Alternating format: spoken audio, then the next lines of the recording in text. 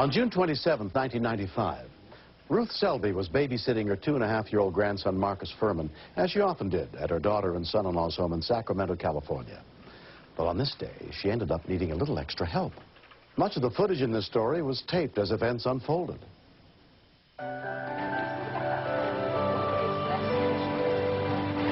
Marcus and I have that special bond because I lost my husband just when he was born. Well, he filled the void.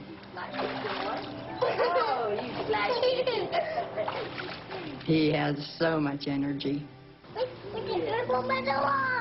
He likes to get on that noodle, and he'll push himself off the step and get out in the middle. I got you. I push you back out there. And he'll come back. He's coming after you. He's going to get you. All of a sudden, he decides he's had enough. Are you done? And you know he wants out because down go the trunks. And he steps out of them. Oh, he went swimming. And that's it. You catch me before I get in the door, Nana. Otherwise, I go in wet. I'll get your suit in a minute. I'll be done in a minute, sweetie. Let me hang your suit up. Just a minute. Okay, how did you get in there? He was sitting into the pool skimmer. And I thought all I had to do was lift him out of that basket. Okay. One. Oh, goodness. I think you're stuck, baby. I tried 3 times. Ouch, Nana, ouch. The angle wasn't big enough to allow his little buttocks to clear the top so his knees could back up. You stay still. Wait, I go get your pillow. I'm going to get you a pillow for your head. We need help, okay? Just a minute. I did think it was silly at first. I really did. But they didn't. Is he submerged under the water at all? Or is there... Ruth called 911 and explained her young grandson's predicament. They said, we'll be there. Okay, what just keep him comfortable as you can. Okay, and they'll be there in just and a we couple of just minutes. talked. I told him the story of the 3 little pigs 100 times, because that's his favorite story. And he just stayed calm.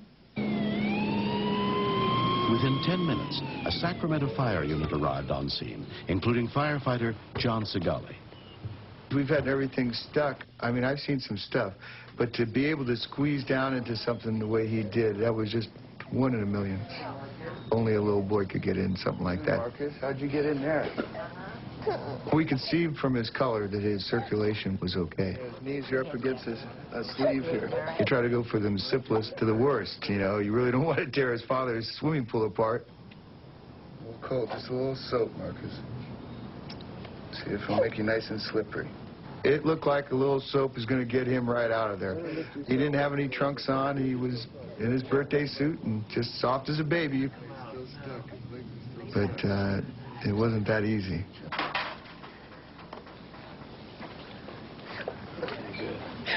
Yeah, maybe we can cover him a little bit and shift this edge away from the ring. Cut that ring with a hacksaw blade. Grandma had no problem saying, take the pool out. You know, a lot of people will get down there in a situation like that and figure, geez, I don't want to call the fire department. I don't want to call anybody. And they start yanking and pulling.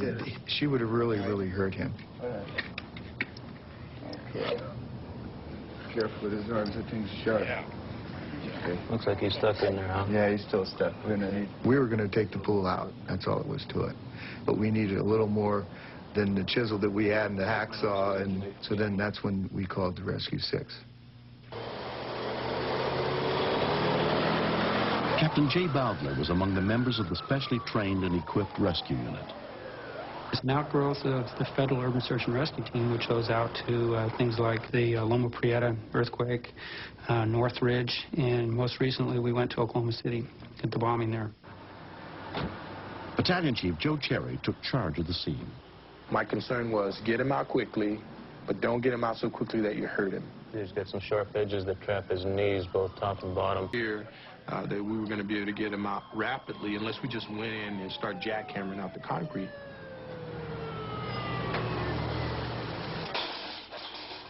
One of the legs is the only complaint. We probably had a couple more editions of the 3 Little Pigs. He was very relaxed and very calm the whole time. amazing for a little 3-year-old. Now, you said his feet are folded up back like this? Right, he's sitting on his knees. Nowhere in any training do you teach these people how to tear into a pool strainer. But I know how they're built and I know how they're put together. And so it's reversing the process. Being a typical 3-year-old, you didn't want to have the oxygen on, which was assisting for, O2 in the blood and for the circulation problems that we were expecting. The one fireman had hold of his hand, and just to make sure he wasn't going into shock or anything, he'd occasionally ask, "Squeeze my hand, Marcus. Are you all right?" And Marcus squeezed his hand every time.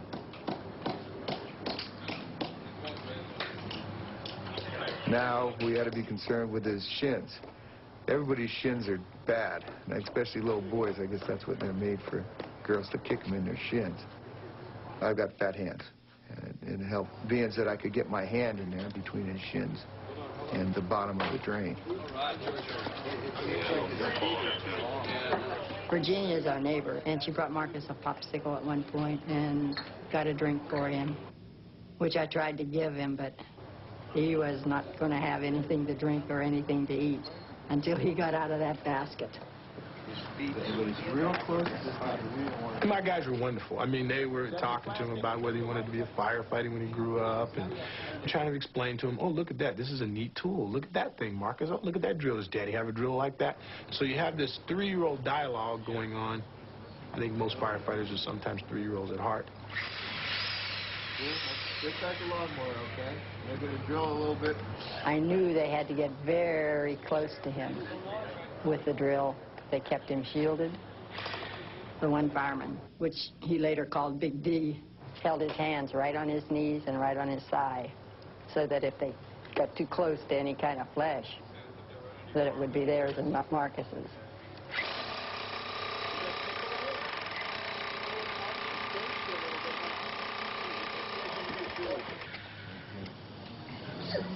All right, it's going to be all right. Every step we took, you felt like that was going to be the last one you were going to have to take. You figured this was going to be it. He's going to pop right out of there. And no, he wouldn't pop out of there. You like making noise? I love making noise.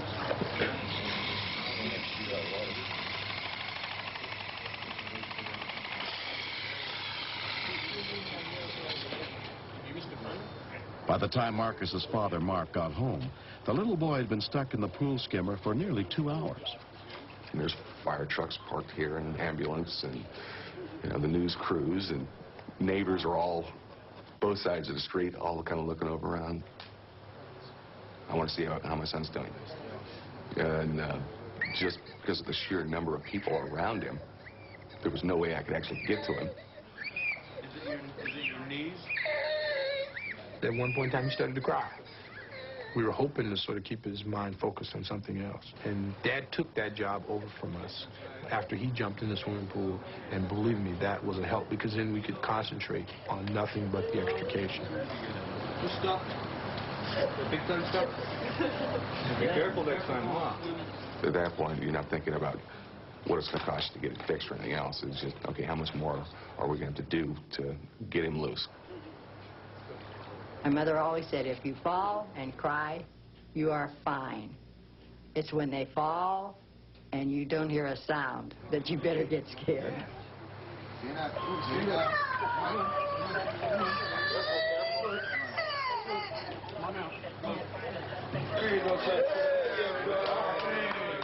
I was very, very relieved when he got out of there and screamed. As I walked through the living room, I saw that they were checking his vitals. And I reached down to him and I said, "Marcus, you're a really strong, tough little man." And he shook my hand just like a little man would. It was kind of neat. Marcus was treated for minor cuts and bruises at a nearby hospital and released. 3 days before, I was out cleaning the filters, and Marcus was watching exactly what I was doing. He saw how I pulled the cap off, how I took the filter out and emptied it.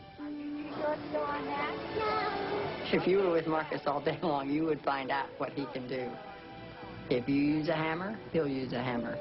If I vacuum, he has to vacuum. And he does a good job. Hi, son. Too often, public servants are not appreciated enough.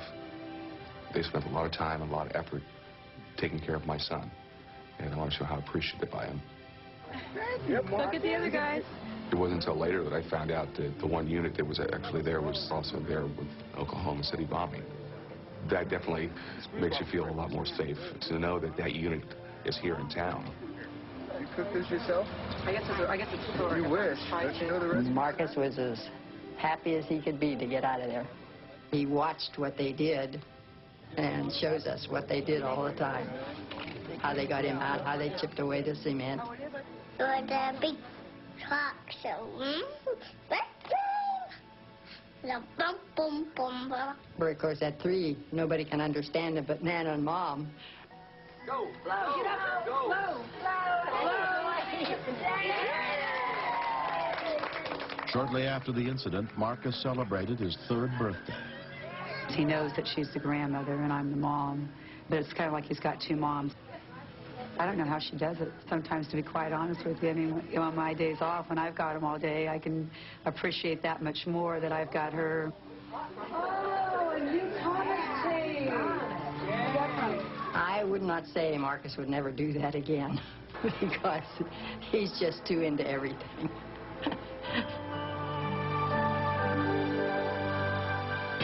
Next. I could see turbulence that was hitting other paragliders.